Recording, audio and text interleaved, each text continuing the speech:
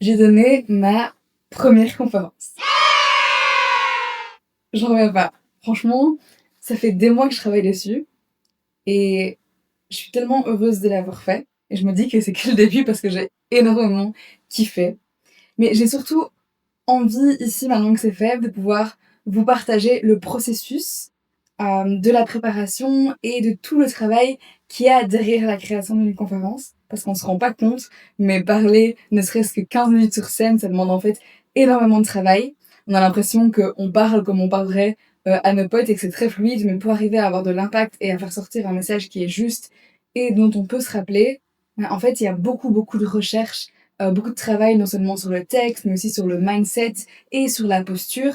Et c'est ça dont j'ai envie de vous partager. Donc, ce que je vous propose, c'est qu'on fasse un petit retour en arrière, d'il y a 2-3 mois, et que vous puissiez suivre toute l'évolution de la préparation de la conférence à aujourd'hui sur scène. Dans plus ou moins 2 mois, je donne une conférence à Paris. Et pour l'instant, il n'y a pas grand-chose de prêt. J'ai envie de vous partager un petit peu le parcours, comment je vais créer cette conférence, comment je me sens, qu'est-ce qui se passe derrière, partager un peu les coulisses de tout ça. Alors, c'est pas quelque chose que je fais seule.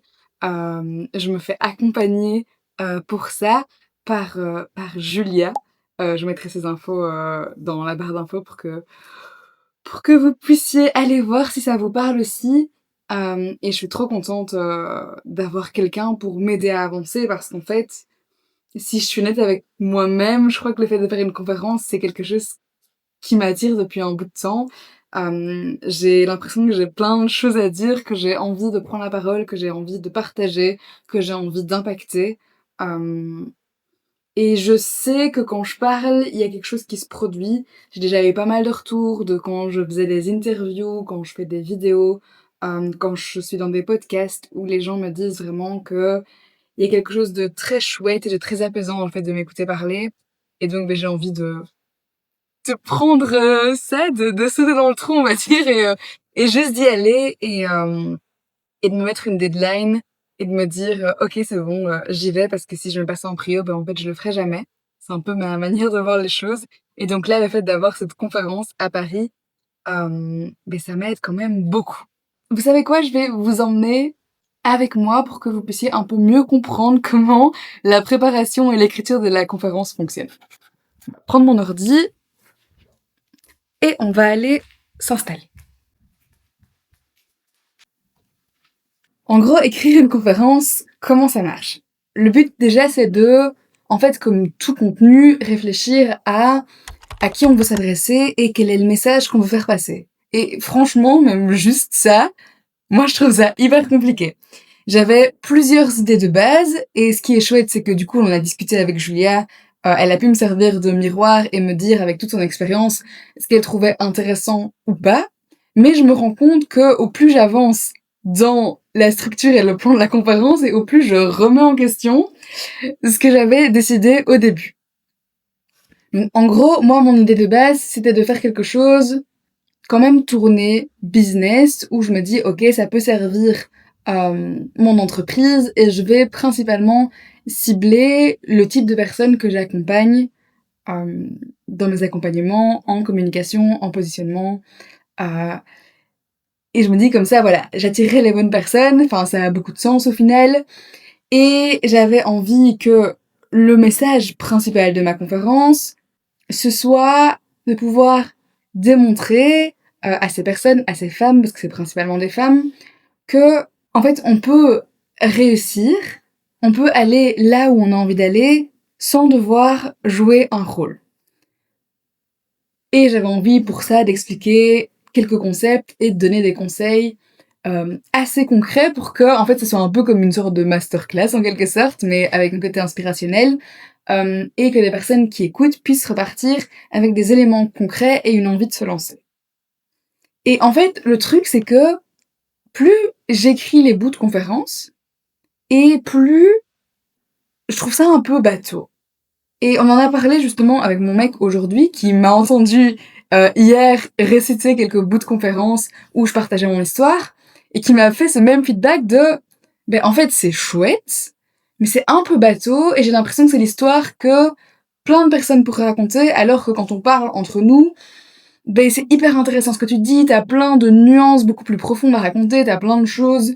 Et ici, j'ai l'impression que tu simplifies ton message au max et tu le lis et ça fait un peu bateau. Et c'est vrai que quand j'y réfléchis, je me dis qu'il y a un peu de vrai dedans. Et du coup, j'ai un peu repensé ce matin à comment est-ce que je peux changer tout ça pour amener quelque chose qui est moins lisse et qui va avoir un peu plus de nuances, on va dire. Mais en vrai, c'est hyper compliqué, je trouve, parce que j'ai l'habitude de créer quand même beaucoup de contenu. Mais je sais que le contenu que je crée, il va être regardé par les gens qui sont intéressés par ce que j'ai à dire et qui ont choisi de le regarder en quelque sorte. Surtout quand je crée du contenu plus long, que je blablate, c'est des gens qui ont cliqué dessus et qui ont choisi de le regarder et donc qui sont intéressés ou au pire des cas ils tombent dessus, ils n'aiment pas, ils zappent, tant pis c'est pas grave. Les gens qui vont se retrouver à voir ma conférence, ok, ils vont choisir de venir, mais ça va être une soirée où il y aura plusieurs conférencières, un peu comme un TEDx. Et donc, j'ai pas envie que ma conférence soit trop niche dans ce sens-là. J'ai envie qu'elle puisse amener des déclics pour beaucoup de monde, mais sans rentrer dans le cucu et le bateau. Et franchement, ben, c'est pas simple, vraiment. Je remets beaucoup de choses en question. Là, j'ai noté plusieurs idées de choses qui me viennent. Je pense que, au final, je vais pas parler d'un truc dont je ne parle jamais. Je reste moi-même. J'ai quand même envie que ça tourne autour du positionnement, du fait d'oser se lancer, de la notion de réussite, de l'importance de prendre du plaisir, de se reconnecter à soi, pardon, d'oser être soi. Enfin, c'est tous des sujets qui me parlent beaucoup et que j'aborde au quotidien. Et donc, je pense que ça va tourner autour de ça, mais j'ai voilà, du mal à encore voir et sentir toutes les nuances et toutes les choses que j'ai envie de pouvoir apporter parce que j'ai surtout pas envie de faire quelque chose de bateau. J'ai envie de pouvoir toucher les gens, j'ai envie que ça amène des émotions. Je crois que le plus beau compliment qu'on pourrait me faire à la fin de la conférence, c'est de me dire ça m'a fait quelque chose, ça m'a touché, ça m'a fait ressentir quelque chose. Je crois que c'est vraiment ce que j'ai envie qu'on puisse me dire une fois que je vais donner la conférence. Et donc voilà, là les idées que j'ai notées un peu plic-ploc en vrac ce matin, c'est parler de ce que je vis en ce moment, la dualité entre la réussite, la notion de réussite et le côté plus slow, prendre du temps, le plaisir. Ça c'est quelque chose qui me traverse beaucoup. J'ai pas de solution spécialement, mais c'est quelque chose que je suis en train de traverser. J'ai noté ne pas être drivé par ce que les autres pensent de moi, mais voir à quel point ça a de l'importance. En fait, avoir conscience que comment les autres me perçoivent, c'est aussi voir que mais c'est ça qui va m'apporter des opportunités parce que quand je suis au clair avec ce que je veux et que je l'incarne vraiment, en fait, j'émets l'énergie de cette nouvelle personne et donc c'est juste pour moi et je prends aussi la posture de cette nouvelle personne. Typiquement, moi qui ai envie de faire des conférences, mais en fait, je me mets dans l'énergie d'une conférencière, je m'inscris à une conférence à donner, je me fais accompagner par quelqu'un qui peut m'aider à créer une conférence pour déjà me mettre dans cette énergie et en fait, je sais que le fait de faire ça mais déjà, ça donne le message au monde de, en fait, Charlotte fait des conférences, de un. Et le deuxième message, c'est que je me mets dans la posture et je ressens ce qu'une conférencière ressent. Et donc, je suis encore plus à même d'avoir ce rôle et de pouvoir en parler correctement. Et c'est comme ça que d'autres opportunités vont arriver. Et donc, c'est l'importance d'incarner qui on veut être et de passer à l'action, en quelque sorte. Mais j'ai envie de parler de ça sans que ça sonne bateau. Euh, j'avais aussi envie de donner des conseils un peu plus pratiques, mais je trouve que c'est aussi compliqué d'être dans le pratique là-dedans parce que euh, j'ai envie de pouvoir aider les gens sans donner des choses bateaux et c'est souvent des conseils qui sont plus personnalisés en fonction de ce que chaque personne veut. Enfin, il n'y a pas de méthode toute faite en fait pour arriver à incarner qui on est et pouvoir communiquer autour de ça et le montrer. Donc voilà. C'est un peu toute ma réflexion pour le moment, ça part dans tous les sens. Mais c'est très chouette à faire, évidemment. Et voilà, donc là je vais continuer, je pense, à réfléchir autour de ce thème. Et puis ensuite, l'étape d'après, une fois que j'ai validé le thème et l'idée principale que j'ai envie de faire passer, c'est vraiment de travailler sur la structure de la conférence. Et pour ça, Julia a partagé un outil que je trouve hyper chouette. Moi qui ai un cerveau en arborescence, qui est 10 000 pensées à la seconde, qui sont pas toujours linéaires, j'adore vraiment beaucoup. Je vais vous montrer ici. En fait, c'est un outil de mind map. Et donc, bon, ici, on sait rien lire parce que c'est en tout grand, mais ça permet de noter des idées une à la suite de l'autre, et de pouvoir, voilà, continuer à faire grandir les idées sans pour autant devoir tout écrire sous forme de texte. Et donc, on peut mettre sous forme de bullet points, on peut les classifier par thème et puis faire des embranchements encore plus petits. Et ça m'aide beaucoup pour structurer un peu toutes les idées que j'ai, les classifier. Je trouve ça vraiment hyper chouette. Et ça m'aide aussi beaucoup, mais juste pour laisser mon cerveau aller dans tous les sens, en fait, mais quand même avoir quelque chose de structuré.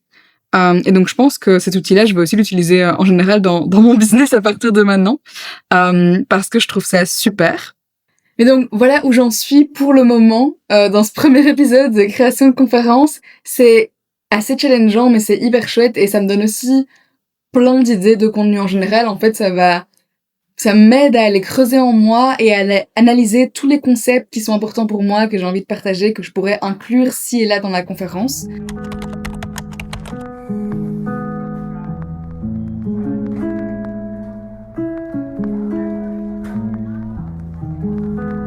Enfin, l'incarner ce discours et le partager. Et je suis trop contente que Seram soit avec nous, parce que je pense que c'est sûrement une des meilleures personnes pour partager ça. Bon, ça a bien avancé depuis la dernière fois. Et du coup, j'ai décidé, comme je l'avais dit, de changer de sujet par rapport à ce qu'il y avait au début. Aujourd'hui, je vais partir sur une conférence évidemment axée sur la communication, mais j'hésitais avec le positionnement, à partager mon histoire initiale de base. Et ici, en fait, je pense que je vais l'axer sur l'importance d'être vulnérable et d'être soi dans la communication et de pouvoir expliquer en fait toutes les chouettes opportunités que ça peut amener d'oser être soi. Le message que j'ai envie de faire passer, c'est que on peut être soi et être stratégique, et ça peut nous amener plein de belles choses. Donc là, j'ai revu tout le début du texte, ça m'est venu de manière assez fluide, mais il y a quand même eu pas mal de travail. Et voilà, là, je commence à vraiment peaufiner toutes les différentes parties du texte. J'ai le début qui me paraît très bien, mais il va falloir qu'on travaille un petit peu sur l'intro. Et puis alors, la fin, j'ai les grandes idées, parce que j'ai envie de faire quelque chose d'assez concret. J'ai envie que les gens puissent repartir avec des choses qu'ils peuvent directement mettre en place, mais c'est pas encore clair sur comment je vais le dire exactement. Mais bon, là, ça se rapproche, donc il va falloir travailler un petit peu, mais je me sens beaucoup plus alignée aujourd'hui avec le sujet et la manière dont je le pense, donc je suis très contente et j'ai hâte.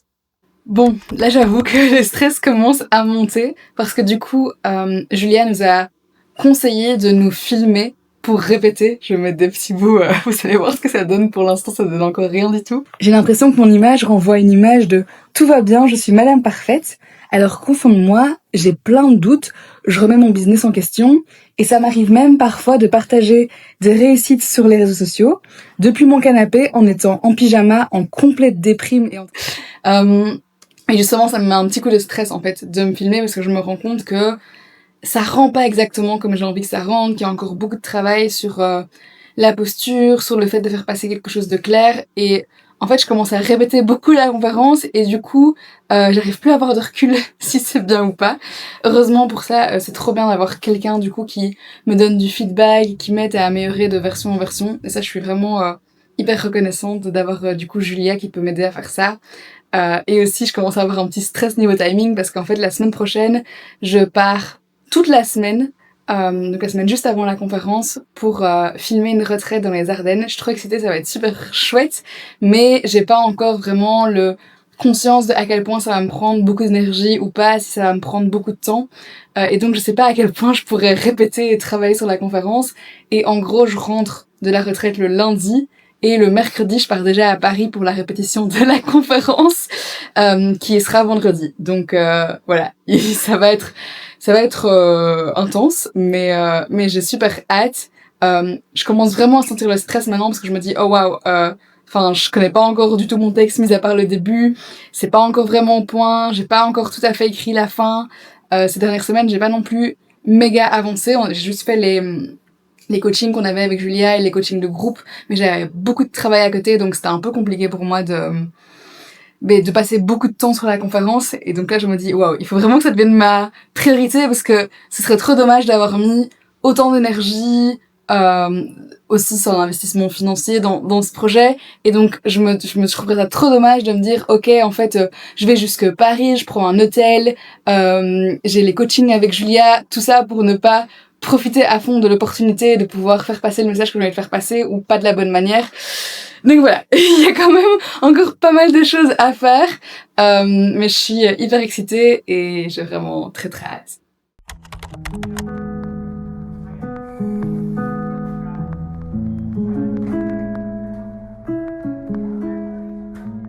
On est jeudi matin, je suis dans ma chambre d'hôtel, jour J-1 avant la conférence. Bon là, vous voyez voilà, le côté très vrai avec mes cheveux mouillés.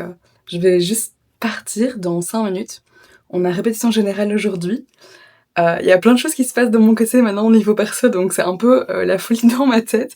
J'espère que je vais arriver à me concentrer et à ne pas oublier mon texte, c'est déjà une première chose. Et puis 2, à juste quand même arriver à être présente et à prendre beaucoup de plaisir, parce que c'est aussi le but avec cette conférence.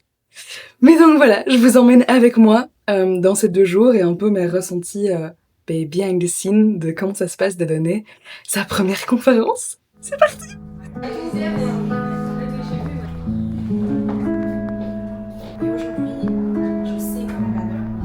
D'où l'intérêt de communiquer de manière plus vulnérable pour aller générer de l'émotion et faire en sorte qu'on se rappelle de vous au bon moment. C'est le jour J. On est à moins de 12 heures de la conférence. Il y a eu hier la répétition qui était trop chouette. On a eu un workshop. Ce matin, on a fait un atelier de visualisation. Et là, ça arrive. On va mettre les micros. Ça arrive. Je stresse, mais j'ai aussi hyper hâte. Je me sens très chanceuse de pouvoir faire ça. Bon, on est mardi du coup. Je suis rentrée chez moi et je prends seulement le temps de me poser pour un peu débriefer de la conférence, parce qu'au final, j'ai eu un week-end hyper intense. Il s'est passé pas mal de choses aussi au niveau perso en même temps, qui ont fait qu'en fait ça a été un enchaînement de hauts et de bas d'émotions très fortes. Et donc là, je commence seulement à retrouver un peu mon souffle, mais je voulais prendre le temps du coup de un peu débriefer de la conférence. On a justement eu un call aujourd'hui à midi avec notre groupe pour débriefer, pour expliquer comment on s'est senti, ce qu'on avait pensé entre autres. Et moi vraiment, en fait, mon feeling, c'est énormément de gratitude. Cette conférence de base, je la faisais pour moi, évidemment aussi pour faire passer mon message, parce que il y a des choses que j'ai envie de dire, j'ai envie que ça résonne, c'est aligné avec ma vision, à où j'ai envie d'aller, mais c'était aussi quelque chose de personnel où je me dis, en fait, c'est quelque chose qui me tient à cœur depuis longtemps, j'ai envie de le faire, et c'est aussi un gros clin d'œil à la Charlotte qui avait 15 ans et qui, en étant hypersensible, ne comprenait pas ce qui lui arrivait, ne comprenait pas pourquoi elle était différente des autres, et pour pouvoir lui dire: «Regarde, aujourd'hui, en fait, t'en as fait une force et regarde où ça t'amène». Et puis même la Charlotte d'une vingtaine d'années, qui savait pas ce qu'elle voulait faire dans la vie et qui avait du mal à trouver sa place dans le monde professionnel et à trouver quelque chose qui l'inspire, et aussi de pouvoir, lui dire: «Regarde, aujourd'hui, tu devant 100 personnes sur scène, tu du monde». Donc ça, c'était déjà un truc énorme pour moi. J'étais moins stressée que ce que je pensais avant de passer la conférence. On a eu pas mal d'exercices du coup le jour avant, pour s'entraîner, pour prendre notre place sur scène avec des workshops hyper intéressants, et le jour même, le matin, on a fait une visualisation hyper puissante. C'était vraiment, très chouette, ça m'a beaucoup touchée, ça m'a aussi permis de me reconnecter à du coup pourquoi je le faisais, pourquoi c'était important pour moi, et de moins me focus sur l'envie que tout soit parfait, mais surtout sur la fierté, en fait, juste d'être debout et de passer mon message devant tout ce monde, peu importe, on va dire, à quel point le message passe ou pas. Et donc ça m'a permis aussi de bien lâcher, le stress, et en fait, j'ai vraiment hyper fort profité, de la soirée. J'ai passé un super bon moment, j'ai adoré écouter les conférences, des autres, nous encourager, papoter, en coulisses, enfin, c'était vraiment trop chouette. J'ai passé un super moment, et puis quand je suis allée sur scène, j'étais vraiment dans mon flow, j'étais prise par ce que je disais, et à un moment je me suis dit: «Oh waouh, j'en suis déjà là, je suis déjà à la fin de ma conférence en fait. Je me suis même dit dans ma tête: «Waouh, j'ai l'impression que du coup j'ai oublié de dire la moitié», alors qu'en fait pas du tout. Et donc, c'est quand même passé très, très vite, mais j'ai pris énormément de plaisir et du coup, évidemment, le but, c'est, de pouvoir refaire l'exercice. J'ai évidemment envie de continuer à donner des conférences et c'est le but aussi. On va continuer, à travailler ça ensemble avec Julia pour, voilà, trouver de nouvelles opportunités, hem pour parler, mais évidemment, mon message sur le fait d'oser être soi dans la communication, d'être plus vulnérable, c'est un message qui me tient énormément à cœur, que j'ai envie de faire passer. Et je me suis aussi rendu compte que ma conférence, du coup, a été touchée énormément d'hypersensibles comme moi, parce que du coup, je partage mon exemple dans la conférence et je parle de ma propre hypersensibilité, comment je me suis rendu compte que c'était une force et comment, quand j'ai commencé à en parler dans ma communication, ça m'a vraiment apporté beaucoup d'opportunités. Euh, et aussi des ventes et des clients, on va pas se mentir. Et donc, ça a aussi été un message d'espoir pour beaucoup d'hypersensibles. J'ai pas mal de personnes qui sont venues me trouver après la conférence et qui m'ont dit: «Moi aussi je suis hypersensible, tu m'as donné envie de le crier haut et fort, de plus me cacher, et d'oser assumer en fait que c'est comme ça que je fonctionne». Et donc je trouve que c'est aussi un hyper beau message à faire passer. Moi je sais que je travaille du coup avec énormément de personnes qui sont introverties, qui sont sensibles, comme moi. Et si je peux les inspirer à oser être plus eux, à oser plus s'accepter et à mettre leurs limites, bah, moi je suis la plus heureuse du monde en fait, vraiment. Donc ça m'a beaucoup, beaucoup touchée de voir que le message résonnait, qu'il y a pas mal de gens qui venaient me parler après la conférence et c'est sûr que je suis très, très fière. Au final, c'est quand même 3 mois de travail. Hem, ouais, c'était intense, ça demande beaucoup de préparation, de passer 15 minutes sur scène parce que pour qu'on ait l'impression que tout ce qu'on dit est très fluide, en fait, on a dû travailler la fluidité des phrases. Moi, je sais que j'avais tendance à vouloir surexpliquer mes idées, à pas aller assez droit au but et donc je perdais en impact. Donc on a beaucoup, beaucoup travaillé ça avec Julia et pour ça, c'était incroyable d'avoir ses retours. Mais du coup, ouais, il y a eu vraiment beaucoup de travail, évidemment un peu de stress, un peu de pression, positive sur le fait de parler devant autant de monde, mais je suis tellement heureuse de l'avoir faite et je me réjouis vraiment des prochaines du coup et de voir aussi, ce que ça va m'apporter en termes d'opportunités parce que je sais au final par rapport à ma vision que, bah, c'est que le début et que ça va m'amener à faire d'encore plus belles choses et grandes choses donc voilà, je suis vraiment très grateful. Mon mot, c'est que j'ai énormément de gratitude, autant envers moi-même que Julia, que le groupe. Et évidemment, ici, je vais poster cette vidéo, mais il va aussi y avoir une vidéo de la conférence, en entier et ça, je la partagerai, une fois qu'elle sera sortie. À mon avis, ce sera, d'ici fin juillet, peut-être début août. Donc voilà, si ça vous intéresse et que vous avez envie de voir la conférence en entier, ce sera évidemment possible et j'ai hyper hâte que vous puissiez la voir. Et sinon, ben, on se retrouve bientôt dans une prochaine vidéo et je vous dis à très vite.